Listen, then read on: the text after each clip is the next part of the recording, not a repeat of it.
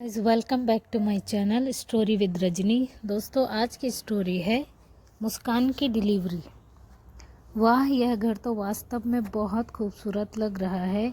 अदिति ने हरे बेलों से सजे उस बंगले को देखते हुए प्रशांत से कहा।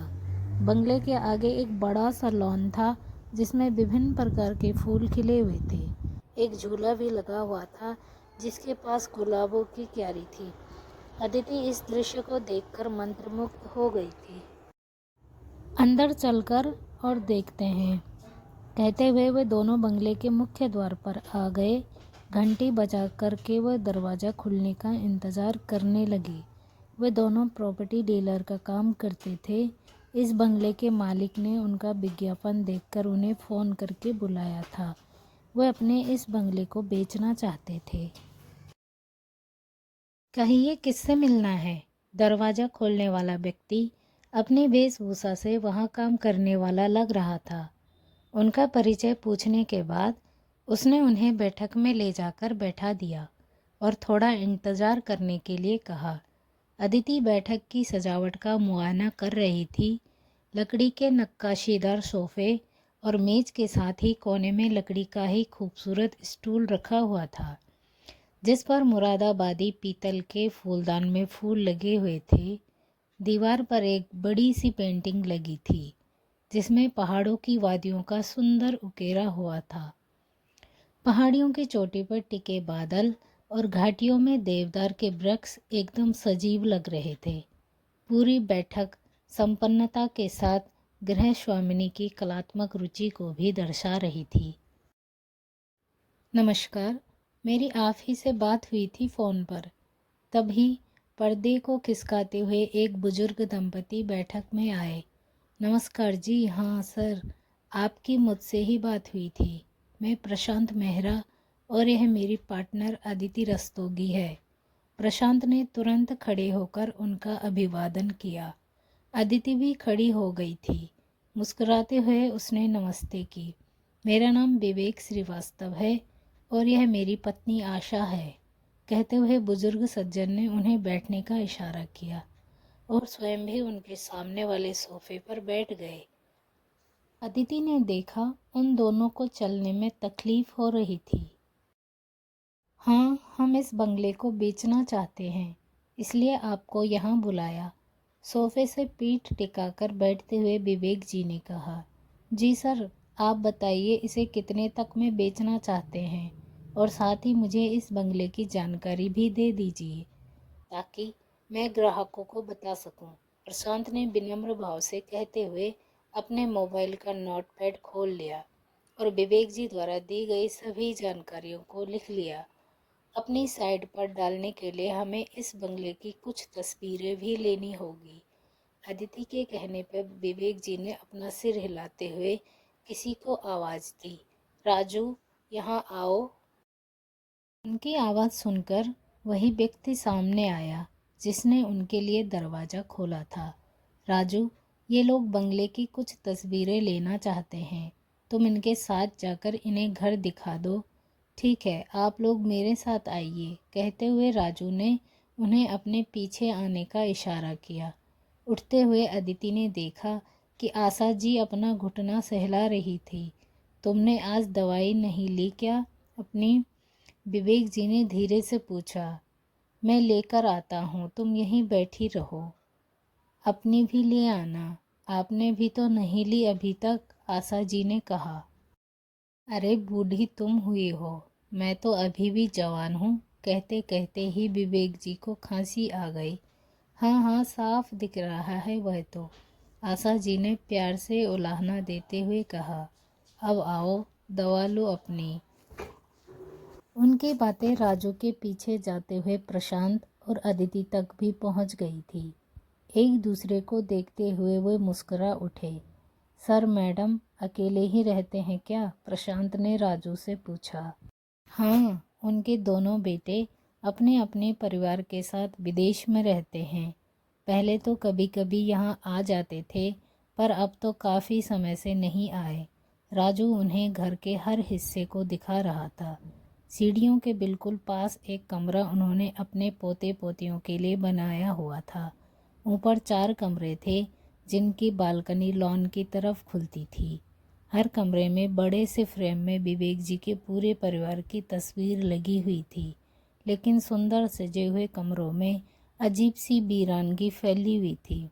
प्रशांत और अदिति अपने मोबाइल से हर कमरे की तस्वीर ले रहे थे। पर्याप्त तस्वीरें लेने के बाद वह बैठक में आ गए। बैठिए राजू, तुम चाय बना कर ले आओ, आशा जी ने उनके आते ही कहा। अरे नहीं मैडम, हम चलते हैं अब, चाय फिर कभी, अब तो आना जाना लगा ही रहेगा, प्रशांत ने संकोचवश मना करते हुए कहा। लेकिन आशा जी और विवेक जी ने उन्हें रोक लिया और उनसे बातें करने लगे। ऐसा लग रहा था जैसे वह बहुत दिनों बाद उन्हें कोई बातें करने के लिए मिला था। अदिति और विवेक को भी उनसे बात करना अच्छा लग रहा था। मुझे एक बात बताइए, इतने सुंदर घर को आप बेचना क्यों चाहते हैं? अचानक ही अदिति के मुंह से वह सवाल निकल गया जिसे उसने बहुत देर से रोका हुआ था। प्रशांत की आंखों ही आंखों में अदिति को झिड़का, लेकिन अब तो बात निकल ही चुकी थी। इतने बड़े घर में सिर्फ हम दोनों ही रहते हैं, बच्चे तो यहाँ आकर रहेंगे नहीं। उन लोगों ने तो अब अमेरिका की नागरिकता भी ले ली है। ठंडी सांस भरते हुए विवेक जी ने कहा। बहुत मन से बनवाया था इस घर को, यह सोचकर कि सभी साथ रहेंगे। घर बच्चों की खिलखिलाहटों से भरा रहेगा, लेकिन पहले बड़ा बेटा अपनी जॉब के कारण वहाँ चला गया। उसके बाद छोटे बेटे ने भी काफ़ी प्रयास करके अमेरिका में जॉब हासिल कर ली। शुरू में वे अक्सर आते जाते थे, लेकिन फिर घटते घटते उनका आना न आना ना के बराबर हो गया। आशा जी की आवाज़ में दर्द के साथ ही उनकी पलकों पर आंसू भी छलक आए थे, जिन्हें उन्होंने अपनी साड़ी के कोर से पोंछ लिया। यह बंगला बेचकर हम फ्लैट में चले जाएंगे। वहाँ आस पड़ोसियों को देखकर मन भी बहल जाएगा। यहाँ तो जल्दी से कोई दिखता भी नहीं। अदिति और प्रशांत के मन भी भीग गए। उनकी आंखों के आगे उनके माता पिता के चेहरे आते ही उनके मन में यह सुकून भर गया कि भले ही उनकी आमदनी ज़्यादा न हो, पर वे अपने माता पिता के साथ तो हैं। आंटी, आपकी बहुएं भी अपने माता पिता से मिलने नहीं आती? अदिति अनजाने में ही आशा जी को मैडम की जगह आंटी कह गई थी। यह एहसास होते ही उसने माफ़ी मांगकर अपनी भूल सुधारनी चाही, तो आशा जी ने उन्हें रोक दिया। कोई बात नहीं, तुम हमें आंटी अंकल ही कहो। तभी राजू चाय के साथ नमकीन बिस्किट भी रख गया। अदिति ने तुरंत उठकर सभी को चाय के कप दिए और अपना कप लेकर बैठ गई। अदिति के बैठने के बाद आशा जी ने बताया कि उनकी दोनों बहुएं सगी बहनें हैं। बहुओं के इकलौते भाई भाभी की एक दुर्घटना में मृत्यु हो गई थी। अपने 8 साल के पोते के साथ उनकी बहुओं के माता पिता अकेले ही रहते हैं। कितना अच्छा होता अगर वे लोग भी आपके साथ ही रहे तो। आपको भी कंपनी मिल जाएगी और उनको भी। कहते हुए अदिति ने अपनी जीभ दांत से काट ली। वह फिर बिना सोचे अपनी बात कह गई थी। भारतीय समाज में माता पिता का बेटी दामाद के साथ रहना आसानी से लोग स्वीकार नहीं करते, और यहाँ तो 2 समधियों के साथ एक ही छत के नीचे रहने की बात थी। अदिति की बात सुनकर विवेक जी और आशा जी भी हतप्रभ रह गए। प्रशांत ने भी अदिति को घूर कर देखा। बेटा, इस उम्र में किसी के साथ तालमेल बिठाना भी तो मुश्किल होता है ना। आशा जी ने माहौल को संयम करने की कोशिश करते हुए कहा। आंटी, मन में इच्छा हो तो सब हो जाता है। जैसे आपके लिए मुश्किल है, वैसे ही उनके लिए भी मुश्किल होगा। लेकिन सोच कर देखिए, एक साथ रहने से आप सभी को अकेलेपन की समस्या दूर हो जाएगी, अदिति ने कहा। प्रशांत ने माहौल में आए भारीपन को भांपते हुए अदिति को चलने का इशारा किया और खड़ा हो गया। अच्छा सर, चलते हैं। मैं ये सभी जानकारियाँ अपनी साइट पर डाल दूँगा, और जैसे ही कोई अच्छा ग्राहक मिलता है मैं आपको सूचित कर दूंगा। श्रीवास्तव दंपति से विदा लेकर बाहर आते हुए प्रशांत ने अदिति पर अपनी खीज उतार दी। बिना सोचे समझे क्यों बोलती हो? हमारा काम मकान बिकवाने का है, केवल इतना याद रखो। बहुत अनौपचारिक मत बनो। Be professional Aditi. I know Prashant, पर मैं उनके अकेलेपन को देखकर भावुक हो गई थी। इस कारण बात तो सही कह रही हो। इस उम्र में अकेले रहना सचमुच तकलीफ दे है, लेकिन वे अपने बच्चों के पास जाकर भी तो रह सकते हैं। हाँ, लेकिन तुमने आंटी की बात सुनी थी, इस उम्र में तालमेल बैठाने की। इसका मतलब कि वे लोग विदेश के परिवेश में सहज नहीं रह पा रहे होंगे। शायद इसी कारण अदिति सोच में डूब गई। ऑफिस में आकर उसने अपना लैपटॉप खोला और उस बंगले की तस्वीरों के साथ आवश्यक जानकारी अपनी साइट पर अपलोड कर दी। कुछ लोगों ने बंगला खरीदने में रुचि दिखाई, लेकिन बात पूछताछ से आगे नहीं बढ़ सकी। प्रॉपर्टी खरीदने व बेचने में समय लगता है। प्रशांत व अदिति अपने अनुभव से यह बात समझ चुके थे, इसलिए उन्होंने अपने प्रयासों में कोई कमी नहीं रखी। वे विवेक जी को फ़ोन करके अपनी कोशिशों के बारे में बताते रहने के साथ उनका हालचाल भी लेते रहते थे। एक दिन विवेक श्रीवास्तव जी ने प्रशांत और अदिति को फ़ोन करके अपने साथ रात्रि भोज के लिए आमंत्रित किया। आज कोई भी बहाना नहीं, आज रात का खाना तुम दोनों हमारे साथ ही खाओगे। तुम्हारी आंटी का आदेश है। यह अधिकार पूर्वक दिए गए इस निमंत्रण को वे नकार नहीं पाए। आज कोई खास दिन है क्या सर? प्रशांत ने पूछने पर उन्होंने केवल इतना कहा, यही समझ लो, लेकिन कारण बताने से उन्होंने इनकार कर दिया। उनके घर जाने के पहले अदिति ने फूलों का एक गुलदस्ता खरीदा। प्रशांत, मौका कोई भी हो, फूल हर अवसर की शोभा बढ़ा देते हैं। अदिति की बात से विवेक सहमत था। श्रीवास्तव दंपति के घर में आज काफ़ी रौनक लग रही थी। मुझे लगता है कि विदेश से उनके बेटे बहू आए हुए हैं, अदिति ने कहा। हो सकता है उनका जन्मदिन हो या शादी की सालगिरह। प्रशांत और अदिति अटकलें लगाते हुए दरवाजे तक पहुँचे। दरवाजे पर ही उन्हें राजू मिल गया। राजू का चेहरा भी उल्लास से भरा हुआ था और वह काफ़ी व्यस्त दिख रहा था। वह उन दोनों को बैठक में ले गया। आ गए तुम दोनों, हम तुम्हारा ही इंतज़ार कर रहे थे। आशा आंटी उन दोनों को देखकर खुश हो गई। उन्होंने देखा कि बैठक में आज काफ़ी लोग थे। सेंटर टेबल पर एक केक भी रखा हुआ था। इसका मतलब आज एनिवर्सरी या जन्मदिन ही है। मैं सही था, प्रशांत फुसफुसाया। तभी विवेक जी की आवाज़ ने उन दोनों का ध्यान खींचा। लेडीज़ एंड जेंटलमैन, हम इतनी देर से जिनका इंतज़ार कर रहे थे वे लोग आ गए हैं।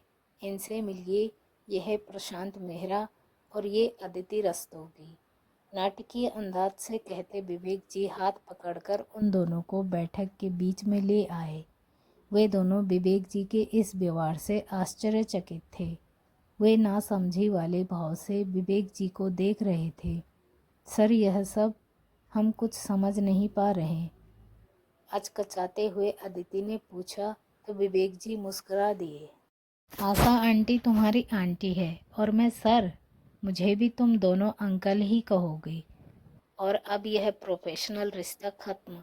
अचानक ही विवेक जी गंभीर हो गए, क्योंकि अब हम इस घर को नहीं बेच रहे हैं। क्या आपके बच्चे वापस आ रहे हैं? अदिति उत्साहित हो गई। विवेक जी के चेहरे पर एक अर्थपूर्ण गहरी मुस्कान आ गई।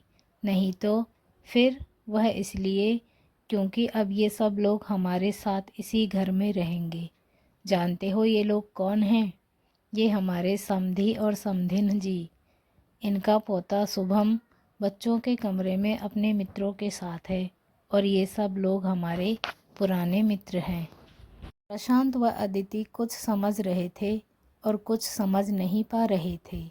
तभी आशा आंटी ने कहा, अदिति, उस दिन तुम अपनी बात कहकर चली गई थी, लेकिन हमने काफ़ी दिनों तक इस विषय पर गंभीरता से सोचा। तब हमें समझ आया कि हमारे कुछ दोस्त भी तो इसी अकेलेपन के दर्द से गुजर रहे हैं। चूँकि हमारा घर बड़ा है तो हम सभी एक साथ रह सकते हैं, एक दूसरे का सहारा बनकर। हालांकि यह आसान नहीं था। विवेक जी ने बात का सूत्र अपने हाथ में ले लिया था। इन सभी को मनाना समझाना, खास तौर पर हमारे समधी समधिन जी को, बहुत टेढ़ी खीर था। लेकिन हमने भी हार नहीं मानी। हम सभी लोग घर खर्च में सहयोग करेंगे और मिलजुल कर काम करेंगे।